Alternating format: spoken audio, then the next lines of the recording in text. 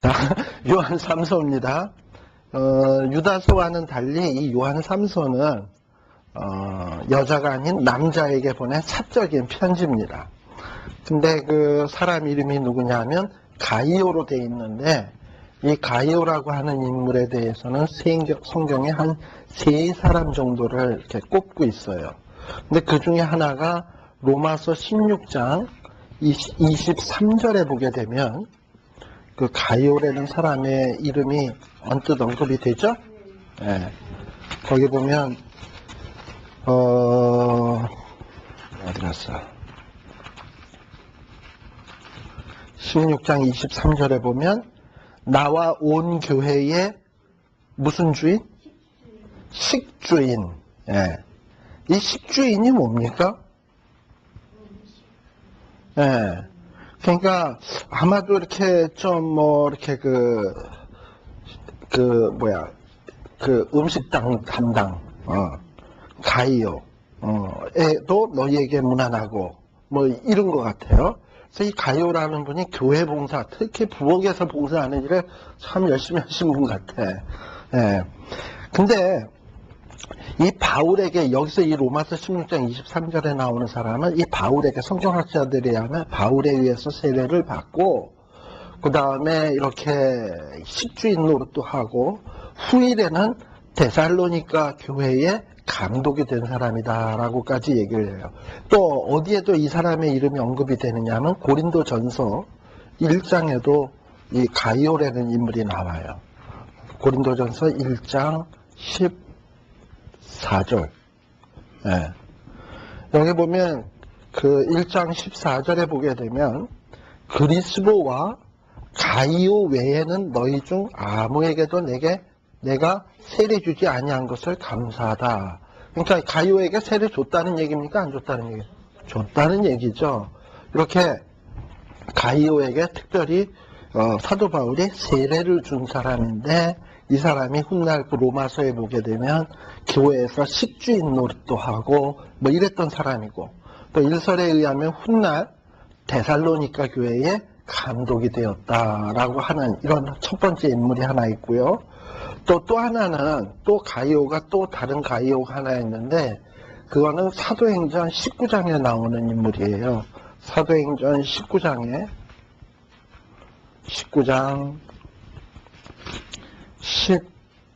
29절. 29절에 보면, 거기 보면 온 성이 요란하여 바울과 같이 다니는 어디 사람? 마게도냐 사람 가이오. 그래서 이 가이오 가운데는 이 마게도냐 사람 가이오가 있는데, 사도행전 19장은 이 사도 바울이 굉장히 이 에베소 지역에서 박해를 받을 때예요. 그래서 거기에서 에베소에서 쫓겨나잖아. 더 이상 있지 못하고. 그런데 이렇게 사도 바울을 쫓아다니면서 보좌하면서 다니던 사람이 누구냐? 가이오. 가이오라는 사람이 또 이런 가이오가 또 있어요. 또 마지막으로 또 하나 가이오가 있는데, 사도행전 20장 4절에 보게 되면, 또 20장 4절에 보면 거기에 보면 아까는 마게도냐 사람 가이오였죠?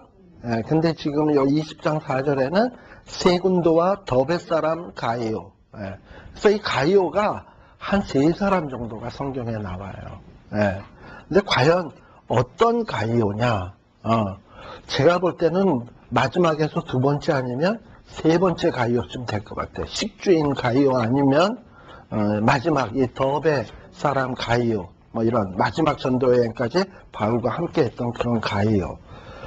자, 이런 가이오. 근데 아까 2번째 사람 그 가이오일 확률이 좀 높은 것이 식주인 가이오일, 아무튼 이렇게 가이오가 여러 사람이 있어요. 근데 아무튼 이 가이오는 바울도 사랑했고 요한도 사랑하는 아무튼 그런 사람이야, 가이오. 네. 근데 이런 사람에게 지금 개인적으로 보낸 편지입니다.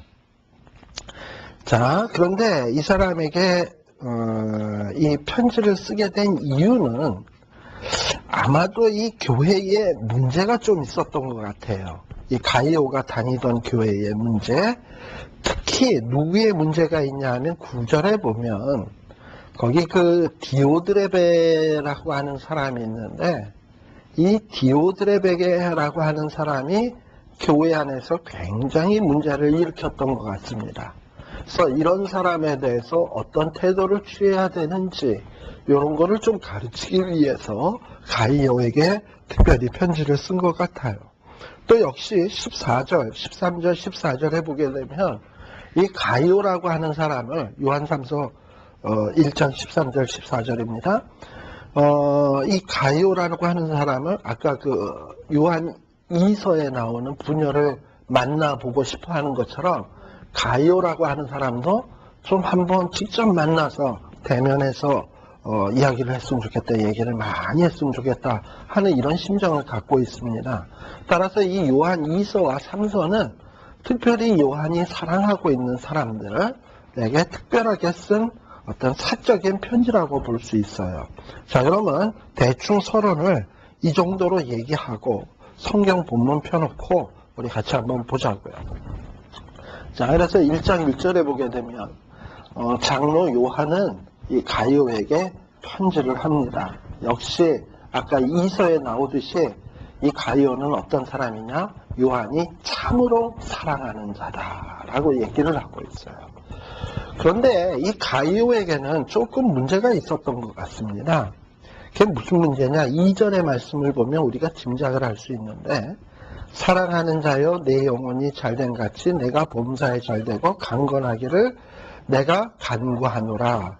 자, 이렇게 간구하는 이유는 이 양반이 범사가 잘되고 강건하면 이런 기도를 할 필요가 있을까요? 없죠. 예. 그래서 아마도 이 가이오는 영적으로는 문제가 없는 사람인 것 같아요. 영적으로는 심히 강건하고 그 다음에 잘되고 이런 사람인 것 같아요. 그러니까 하나님과의 영적인 릴레이션십은 참 잘 돼 있는 사람인데, 워낙에 식주인 노릇, 봉사하고 남을 섬기고 이러면서 자기 몸을 좀 돌아보질 않아가지고 몸이 좀 쇠약했던 것 같아요. 예. 보통 근데 교회에 있는 대부분의 사람은 그 반대 아닙니까? 몸은 억세게 강건한데 영은 아주 진짜 또 연약한 게 이게 보통 사람의 그 모습인데, 이 가이오는 이거 좀 뭔가 반대야. 예. 그런데 하나님이 원하시는 사람은 어떤 사람이냐? 영육이 아울러서 강건하기를 원하셔요. 예, 그러니까 우리가 너무 영적인 일에만 치중을 해가지고 육을 돌아보지 않아도 문제고, 또 육만 또 워낙에 튼튼해가지고 맨날 운동을 열심히 하는데 기도는 하나도 안 하고 말씀도 하나도 안 읽고 이러면 이거 또 심각한 문제예요. 그러니까 아마도 이 가이오라고 하는 분은 제가 볼 때는 여기 요한이 볼 때 영적으로는 전혀 문제가 없는 사람이었으나 너무 이 육적으로 헌신하다 보니까 연약한 부분이 있었던 것 같아요.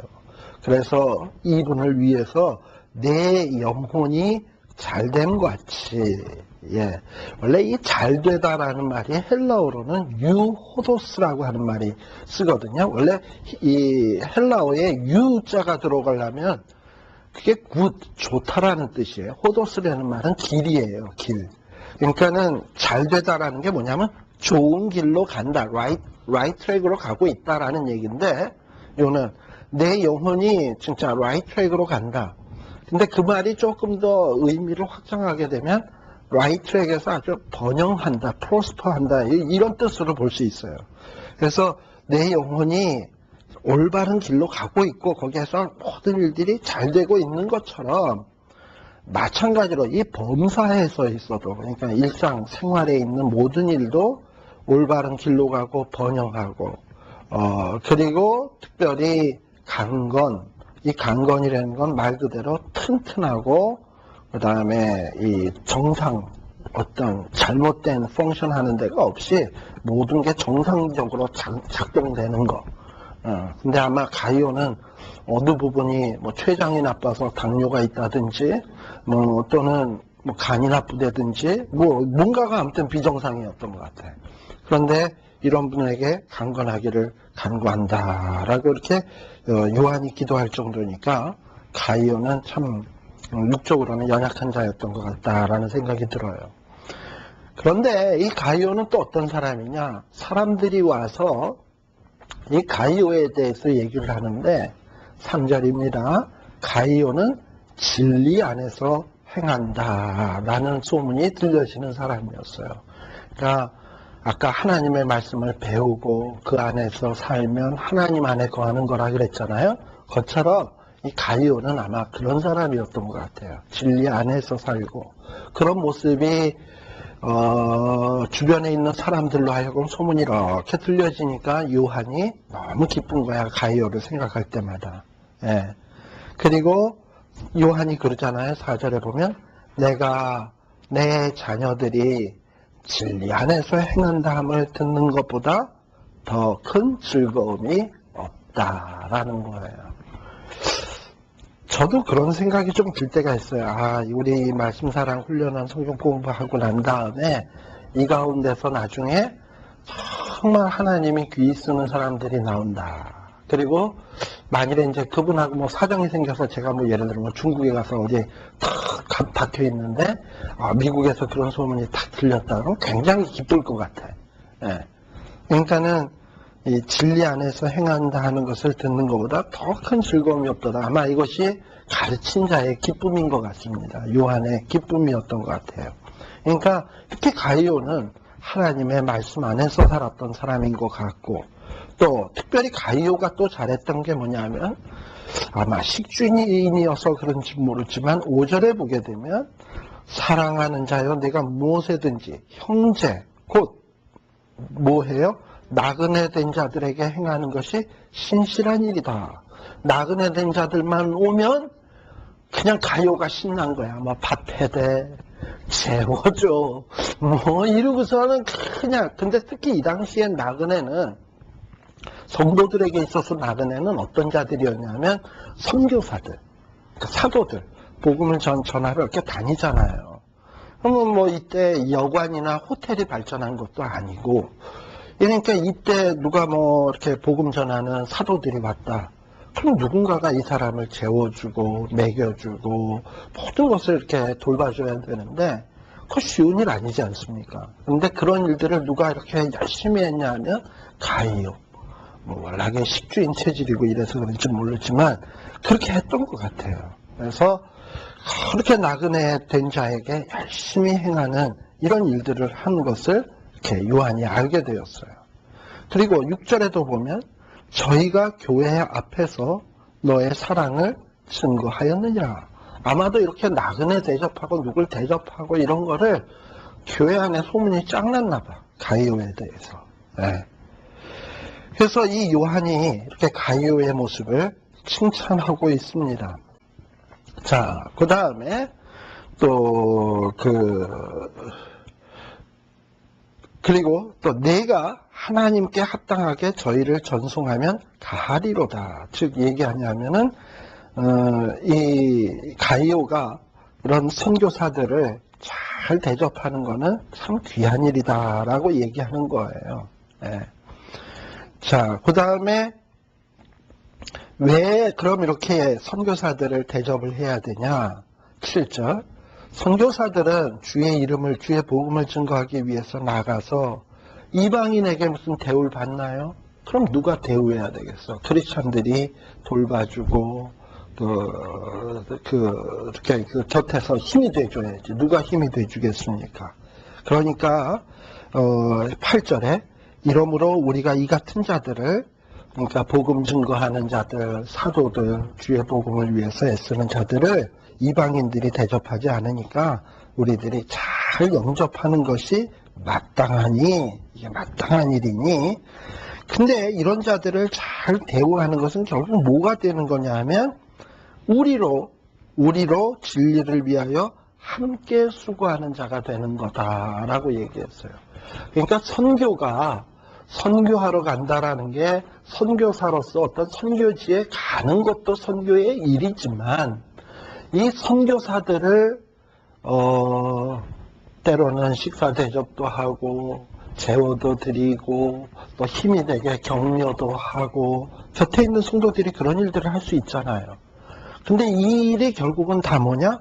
함께 선교를 위해서 수고하는 자가 되는 거예요. 아마 그렇게 이제 선교사님들이나 주의 종들을 위해서 많이 대접하신 분들이 나중에 천국을 가면 저는 이럴 것 같아. 야, 너 참 선교 잘했다. 라고 딱 이렇게 하나님이 얘기하니까 한만 생각해도 자기는 선교한 거는 없거든. 너 중국 선교도 하고, 너 몽고 선교도 하고, 너 정말 아프리카 선교도 하고 하지 않았냐. 제가 언제요? 가본 적도 없는데. 이럴 거란 말이죠. 그러면 하나님은 뭐라 그러시냐면 요 말씀에 근거해서 네가 그때 몽고 선교사 왔을 때 그분에게 힘내주기 위해서 네가 얼마나 그분을 위해서 애를 썼냐. 그래서 그분이 몽고에 가서 얼마나 선교를 잘하고 많은 열매를 맺었는 줄 아느냐. 거기에 네가 큰 힘이 됐었다. 네가 태국 선교사, 뭐 어디 아프리카 선교사 이런 식으로 하나님은 인정해 주신다 이 말이죠. 함께 수고하는 자가 된다 이 말이에요. 네. 그래서 여러분들이 여러분 교회의 목사님이나 혹은 여러분 교회에서 지원하는 선교사들 있잖아요. 물론 교회를 통해서 하는 거지만 교회를 통해서 하는 건 하는 거고 때로는 선교사님이 왔다. 그러면 그냥 선교사님 모시고 한번 밥 한번 먹읍시다. 우선 이렇게 격려를 해드리는 것도 참 제가 볼 때는 귀한 일이라 생각이 되어집니다. 함께 이게 수고하는 자가 되는 거다라고 얘기를 했어요. 근데 이 가이오와는 정반대되는 사람이 나오는데 이게 누구냐 하면 디오드레베예요. 디오드레베. 자, 이 디오드레베는 어떤 사람이냐?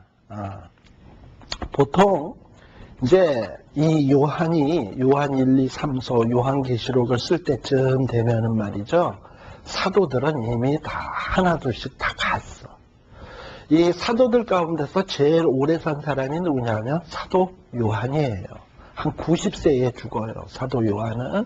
그러니까 굉장히 사도 중에서 제일 오래 산 사람이고 베드로도 죽었지, 바울도 죽었지, 예수님의 제자들 다 하나둘씩 다 살아남고 이제 요한만 혼자 이제 살아남는 거예요. 그러다 보니까 이 교회 안에 세대의 교체가 이루어지게 되는 거예요. 그러니까 처음에 이 사도 시대가 끝이 나면서 사도들이 죽고 난 다음에 사도를 대신할 자들이 세워지는 거죠. 그러니까 사도들이 그동안 교육했고 키웠던 사람들이 이제 교회의 감독들이 되기 시작하는 거야. 예를 들면 마태 같은 사람이라든지 뭐 이런 사람들.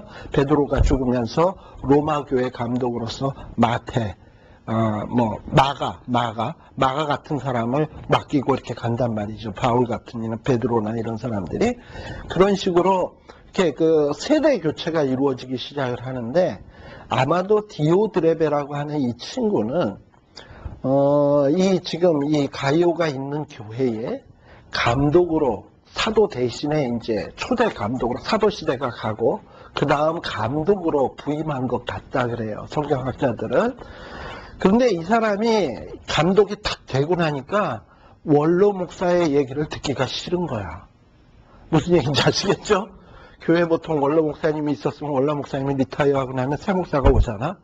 그러나 이제 이 새 목사님이 오신 분이 원로 목사의 얘기를 듣기 싫은 거예요. 특히 이 요한의 간섭을 받기가 싫어하는 거예요. 그러다 보니까 요한을 배척하고 반발하고 또 요한이 파송한 사람들 있잖아요. 요한이 파송한 사람들을 고의적으로 대접하지 아니하고 내쫓고 이런 일들을 자행했던 것 같습니다. 이게 디오드레베인 것 같아요. 또 어떤 학자는 또 무슨 얘기를 하냐면 어쩌면 이 디오드레베라고 하는 사람은 이 요한이 얘기했던 요한이 그토록 싫어했던 미혹해하는 자 혹은 적그리스도 영지주의자가 아니겠나. 그러니까 교훈에서 지내쳐서 더 이상한 사상을 연구해가지고 교인들을 미혹하게 하는 이런 자가 아니었겠나. 그래서 요한이 좀 이렇게 그 요주인물로 보니까 요한의 간섭을 받기 싫어하니까 이렇게 배척하고 이러던 것이 아니겠나라고 생각을 합니다. 그런데 아무튼 여기에 보게 되면 디오드레베는 어떤 자냐? 29절에 보게 되면 저희 중에 으뜸이 되기를 좋아하는 거예요. 그러니까 모든 교인들의 시선이 자기에만 집중이 돼야 돼. 그리고 모든 사람이 자기가 최고라고 그래야 돼. 그런데 요한이 온다든지 요한이 파송이 온 사람들이 오면 시선이 분산되니까 그게 싫은 거야. 그래서 요한이 파송하는 사람들을 접대하지 않는 거예요. 심지어는 10절에 보게 되면 요한이 하도 얼마나 화가 나면 내가 이놈이 한 일을 결코 잊지 아니하리라 이렇게 얘기까지 하겠습니까? 그죠? 그런데 뭐 어떻게 또 못된 짓을 했냐면 디오드레베는 저가 악한 말로 우리를 망령되이 편론했다. 이 편론이라는 말은 중상모략했다라는 얘기예요. 그러니까 없는 것을 잘못하지도 않았는데 잘못한 것처럼 거짓말을 해서 뭐 이렇게 얘기를 하는 것. 그래서 이 요한에 대해서 아주 중상모략을 하고 그것도 부족해서 요한이 보낸 사람을 접대치도 아니하고 그럼 지가 접대 안 하는 건 좋아. 근데 딴 사람들이 이 요한에 보낸 사람들을 접대하려고 하면 또 그걸 금해. 지가 감독이라고. 그걸 금하고 또 그렇게 접대한 사람이 있으면 교회에서 내어 쫓아. 막 이런 일을 했다 이 말이죠. 그래가지고 아마도 요한이 그렇게 사랑이 많은 사람이 이 디오드레베에 대해서는 이를 뜨득뜨득 갈고 있습니다. 그래서 사랑하는 자여 악한 것을 본받지 말고 선한 것을 본받으라 라고 얘기를 했어요. 아마도 이 가이오라고 하는 사람도 이 디오드레베에게 아마 굉장히 왕따를 당하지 않았겠나. 왜냐하면 교회 안에서의 파워는 디오드레베는 감독이고 가이오는 평신도란 말이죠.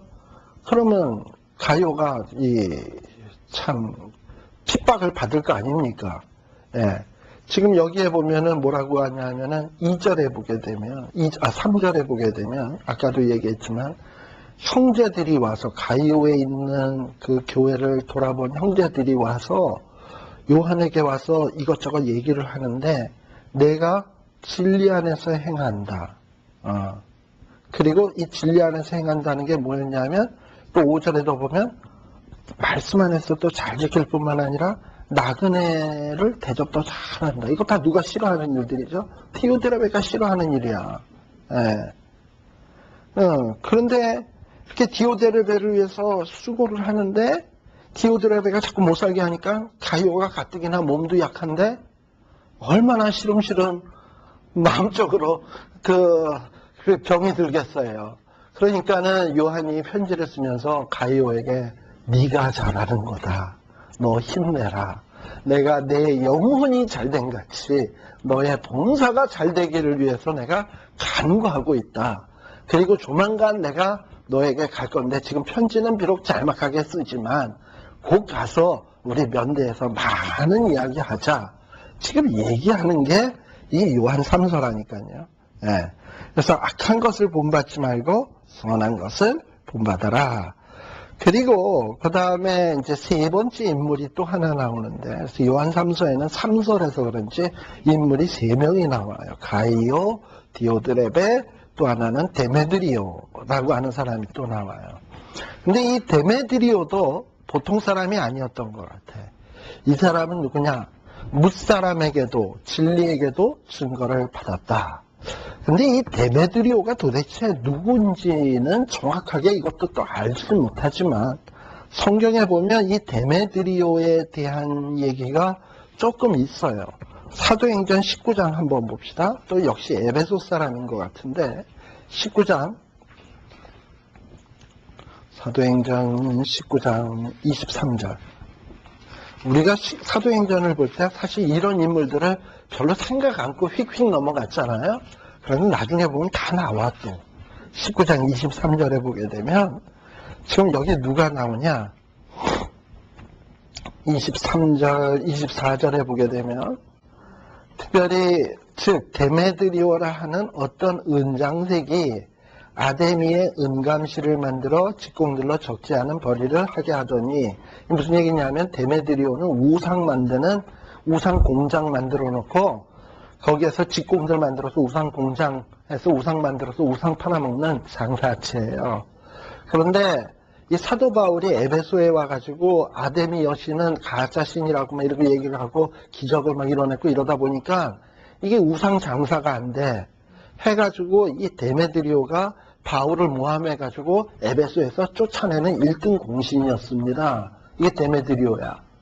자, 그렇다면 이 사람이 만일에 요한 3서에 나오는 데메드리오라면 무슨 얘기입니까?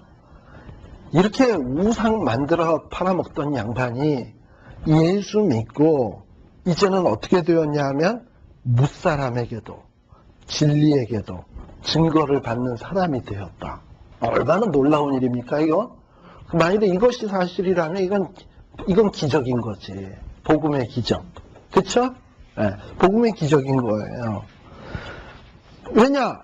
옛날에 우상 숭배하던 사람이 저렇게 바뀌었으니까 정말 그 복음의 능력을 증거하는 증인으로서의 역할을 톡톡히 하는 거 아닙니까, 이 사람은. 그죠? 네. 바로 이런 데메드리오가 하나 또 있고, 또 어떤 데메드리오가 있냐면 골로새서 4장 한번 봅시다. 골로새서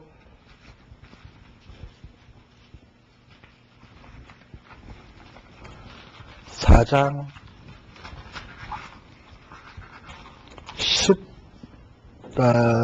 14절. 자, 거기에 보면 또 누가 있냐 하면은 사랑을 받는 의원 누가와 또 누구? 데마라고 나오죠? 네? 데마. 우리 보통 영어 이름 같은 경우에 영어 긴 이름을 앞에만 좀 짧게 해서 얘기하는 경우 있잖아. 데메드리오까지 얘기하기 힘드니까 댐 하면 아무튼 데마 DEMA 이렇게 해서 데마 이렇게 해서 데메드리오 해서 짧게 얘기한 것이 데마가 아니겠는가 라고 얘기하는 사람도 또 있어요. 이 데마가 데메드리오 아니겠는가. 그래서 이거는 이 데메드리오를 좀 좋게 얘기하려고 바울을 위해서 수고한 사람 가운데 한 사람으로. 근데 이 데마는 또 나중에 보면 그 세상이 좋아서 데살로니가로 간 사람이었거든요. 네, 이 데마. 이런 사람을 얘기하기도 하고. 근데 아무튼 이 데메드리오가 정확하게 누군지는 모르겠지만 아무튼 나중에는 예수를 믿고 난 다음에는 아무튼 무사람에게도 진리에게도 증거를 받은 그런 아주 참된 사람이었습니다. 그래서 여기 이렇게 세 인물이 나왔는데 과연 우리는 이 세 가지 모델 가운데서 어떤 모델에 해당되는 사람인가? 디오드레베? 이거는 아니죠. 근데 가이오 참 귀하긴 한데 몸약하면 안 되고. 데메드리오 참 좋죠. 근데 또 이렇게 뭐 이렇게 얘기는 많지 않아. 어쨌든 무사람 진리에게도 증거를 받았던 사람 뭐 이렇게 얘기를 해요. 그래서 이 세 사람의 이야기를 하면서 이 요한 3서의 이야기는 진행이 되어집니다. 그리고 13, 14, 15절에는 역시 마찬가지로 어서 만났으면 좋겠다라는 말을 맺고 있어요. 자, 그러면 여기에서 특별히 이 사도 요한이 특별히 귀하게 여기는 것이 뭐였냐면 아까 제가 조금 길게 얘기할까 말까 망설이다가 그냥 넘어갔습니다만 특히 그 가이오의 선교사들, 복음 전도자들을 잘 이렇게 극진히 사랑한 거에 대해서 특별히 칭찬했잖아요. 그래서 성경에는 이렇게 그 나그네 된 자, 특히 주의 복음을 위해서 나그네 된 자들 있지 않습니까? 선교사들, 순회 전도자들 이런 자들에 대해서 성도들이 그런 분들을 사랑하는 게 얼마나 귀한 것인가 곳곳에 써놓은 데가 참 많아요. 우리 마태복음 10장 한번 봅시다. 마태복음 요것만 이제 조금 몇 개 살펴보고 끝낼까 그래요. 시간 조금 남아서. 마태복음 10장 10절.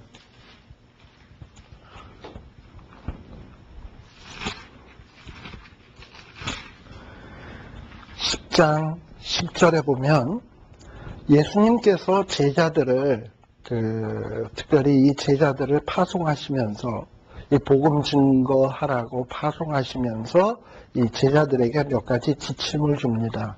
5절에 보게 되면 예수께서 이 12를 내어 보내시며 명하여 가라사대 이방 길로도 가지 말고 사마리아 고을로도 들어가지 말고 이스라엘 집으로 너희들 전도하라. 우선 일로 전도하러 다녀라 하면서 천국에 가까웠다고 복음 전도하러 다니라 부탁하잖아요. 그러던 중에 10절에 보게 되면 이 전도자에게 뭐라고 얘기를 하냐. 너 여행을 위해서 주머니나 두 벌 옷이나 신이나 지팡이를 가지지 말라. 그러면서 하시는 말씀이 뭐냐면 일꾼이 저 먹을 것을 받는 것이 마땅함이니라. 그러니까 이거는 무슨 얘기를 한 거냐면 예수님이 너가 가서 뭐 이렇게 뭘 먹을까 염려하지 말고 열심히 전도하면 내가 알아서 사람 붙여줘서 너의 필요한 거 공급해 줄 테니까 너 그거 일절 염려하지 말고 가라 이 얘기예요. 그저 복음 전도하는 일에만 힘써라 이 말이에요. 지금 그렇게 지금 부탁하고 있는 거예요. 그런데다가 또 40절 한번 봅시다. 40절에 보시면 또 예수님이 또 뭐라고 얘기하시냐 하면은 자, 지금 이게 너희가 누굽니까? 40절에 나오는 너희가 12제자들 지금 복음 전도하러 다니는 사도들이죠. 너희를 영접하는 자는 누구를 영접하는 것이요? 나를 영접하는 것이요. 나를 영접하는 자는 또 누구를 영접하는 것이다? 나 보내신 이를 영접하는 것이니라. 그리고 선지자의 이름으로 선지자를 영접하는 자는 무슨 상을 받아? 선지자의 상을 받을 것이요. 의인의 이름으로 의인을 영접하는 자는 의인의 상을 받는다 라고 되어 있어요. 사실요, 목사나 선교사나 이렇게 말씀 전하는 사람들이 이런 얘기하기가 어떨 땐 되게 쑥스러워. 괜히 잘못하면 오해를 주지 않을까 하는 이런 생각이 드는데, 근데 저는 그냥 있는 그대로 얘기하는 거예요. 뭐 여기다 지금 더 살 붙인 것도 아니고 더한 것도 아니고, 여러분들이 어떤 선교사님을 보면 그 사람을 보지 말고 그 선교사를 보낸 그분을 보시고 그분을 사랑하시라니까. 바로 그 원리가 이거예요. 너희를 영접하는 자는 누구를 영접하는 거다? 하나님 영접하는 것이고, 또 예수님을 영접하는 것이고, 예수님을 영접하는 자는 또 예수님을 보낸 하나님을 영접하는 것이고, 또 선지자의 이름으로 선지자를 영접하는 자는 선지자의 상을 받는다. 여러분들 선지자 노릇도 안 하고 선지자의 상 받는 가장 좋은 방법이 이것밖에 더 어디 있겠습니까? 그렇잖아. 어떻게 보면 아니 내가 선지자 노릇도 안 했는데 선지자의 상을 받아. 의인 노릇도 안 했는데 의인의 상을 받아. 얼마나 귀한 일이냐고요. 그러니까 여러분들의 교회에 있는, 특히 저는 여러분들이 관심을 써야 될 사람에 대해서 내가 소개할게. 누구에게 관심을 쓰냐면 교회에. 목사님은 워낙에 대접을 잘 받으니까 신경 쓰지 마세요. 특히 교회에서 관심을 써야 되는 분들은 전도사님들, 주일학교 전도사님, 무교육자들, 아무튼 이런 분들에 대해서 특별히 여러분들이 사랑을 보여주십시오. 특히 또 한국 같은 경우엔 누구에게 관심을 보여주냐면 교회의 관리 집사, 이런 분들에 대해서 특별히 관심을 가지세요. 그건 누가 해야 되냐? 아는 사람이 해야 돼. 그거는. 근데 대부분의 사람들이 누구한테는 열심히 하냐? 담임 목사님한테는 다 잘해. 근데 좀 아는 분들이 그런 분들을 위해서, 근데 그분들도 똑같이 주의 종들 아닙니까? 그죠? 근데 이 그림자처럼 일하는 이런 주의 종들을 특별히 관심을 가지고 여러분들이 그분들을 위해서 이렇게 하세요. 그분을 보지 말고 그분을 쓰시는 하나님을 보시고 그분들에게 사랑을 하시라고. 그러면 선지자의 상, 의인의 상, 그게 누구 거다? 그러니까 이게 장사가요, 남는 장사예요. 요만큼 투자는 이따만큼 얻는 장사라고. 그러니까 누가 지금 이 약속을 한 거냐 하면, 여러분들 예수님의 말씀이 빨간 걸로 되어 있는 분들은 이거 빨간 걸로 되어 있는 글씨입니다. 예수님이 한 말이에요. 예수님이 한 약속이거든요. 그러니까 이게 뭐 웬만한 사도가 한 얘기도 뻥이 아닐 텐데 예수님이 한 얘기니까 이건 진짜 이건 맞는 얘기라고요. 그러니까 여러분들이 그거를 꼭 잊지 말고 기억을 하세요. 또 25장도 한번 가볼까요? 마태복음 25장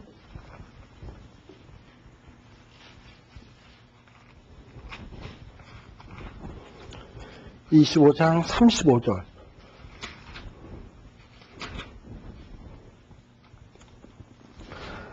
자, 여기에도 예수님이 심판하실 때, 제가 이걸 아까 언뜻 얘기했잖아요.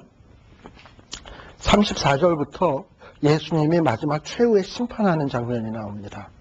그러면서 자기의 믿음 생활 잘하는 사람들에게, 야, 내가 마태복음 25장 34절, 내가 창세로부터 예비한 이 하나님의 나라를 상속하라. 우선 이제 하나님의 나라에 살 수 있는 특권을 주신다 이 말이죠. 그러면서 심판하는 대상에게 이제 딱 보시고, 야, 너는 내가 죽일 때에 너희가 나에게 먹을 것을 주었고, 내가 목마를 때에 마시게 하였고, 내가 나그네 되었을 때에 영접하였고, 벗었을 때에 옷을 입혔고, 병들었을 때에 돌아보았고, 옥에 갇혔을 때에 와서 보았느니라 라고 예수님이 얘기하신대.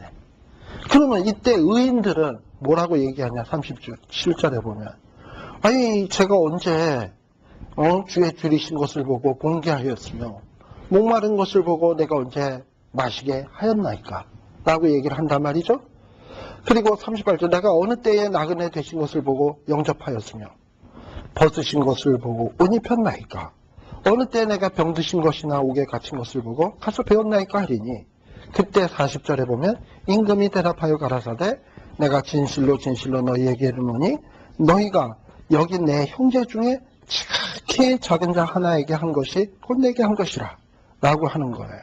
그리고 45절 내보면 여기 나오는 얘기가 다 그 얘기인데, 임금이 대답하여 가라사대, 내가 진실로 진실로 너희에게 이르노니 이 지극히 작은 자 하나에게 하지 아니한 것이 곧 내게 하지 아니한 것이니라 하시니, 뭐 이러고 얘기를 하고 있어요. 그래서 여러분들이 정말 주의 복음을 증거하는 자들, 정말 남들이 돌아보지 않는 주의 복음 증거하는 자들에게 대해서 특별히 여러분들이 관심을 기울이시면, 그게 살아생전에는 전혀 별거 아닌 것 같지만 나중에 주님 앞에 섰을 때 주님이 참으로 귀히 여기는 일이 되어질 것이에요. 그래서 여러분들이 특별히 마음을 쓰시면서 기도하는 선교사님이 최소한 기도할 때 한두 분쯤은 떠올라야 될 거 아니야? 그렇잖아요?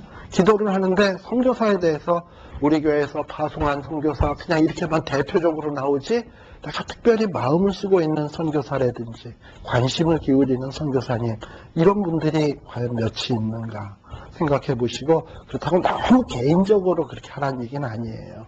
알게 모르게 그분이 부담 안 되게. 그리고 또 조심해야 될 것은, 선교사들한테 너무 그렇게 대접을 하다 보면 그 선교사가 알게 모르게 인간관계의 종이 돼버려. 그것도 바람직한 일이 아니에요. 네. 그러니까 그걸 참 지혜롭게 잘해서 아무튼 여러분들이 의인의 상, 선지자의 상, 그리고 주님으로부터 이렇게 인정받는 이런 사람들. 이렇게 이 일에 있어서 잘했던 사람이 누구냐면 가이요. 아마 이 사람이었던. 이 일에 대해서 빵점이었던 사람은 디오드레베. 그래서 요한 3서를 보시면서 여러분들이 요거를 좀 생각을 하시면, 여러분들이 할 일이라는 게, 교회 안에서 할 일이라는 게, 물론 교회에서 충성하고 봉사하는 것도 일이지만, 우리들이 또 관심을 기울여야 되는 분야가 이런 분야도 있겠구나 라는 것을 아시고, 그런 여러 가지 방면에서 주님이 원하시는 어떤 이 도구로서 사용받을 수 있는 이런 여러분들 되시기를 간절히 바랍니다. 기도하겠습니다. 사랑의 아버지 하나님, 참 감사합니다. 오늘 또 이렇게 저희들 모여서 요한 2서와 3서를 공부하게 해주신 것 감사합니다. 하나님, 과연 우리는 어떤 사람으로 나중에 평가가 되어질까요? 정말 이 부녀와 같이 아름다운 신앙으로 과연 칭찬받을 수 있는 사람이 될 수 있을런지, 가이오와 같이 이렇게 하나님 앞에 인정받는 사람이 될 수 있을런지, 아니면 디오드레베처럼 책망을 받을 수밖에 없는 사람이 될런지 하나님 아버지 늘 두렵고 떨리는 마음으로 우리가 성경을 읽고 배운 것이 머릿속에 지식으로 끝나지 말게 하여 주시고 내 삶 속에 그런 아름다운 모습들이 나타나고 또 열매 맺어서 하나님 앞에 설 때 잘했다 칭찬함 받을 수 있는 저희들이 되게 하여 주시옵소서. 예수님 이름으로 기도드리옵나이다. 아멘. 마치겠습니다. 수고하셨습니다.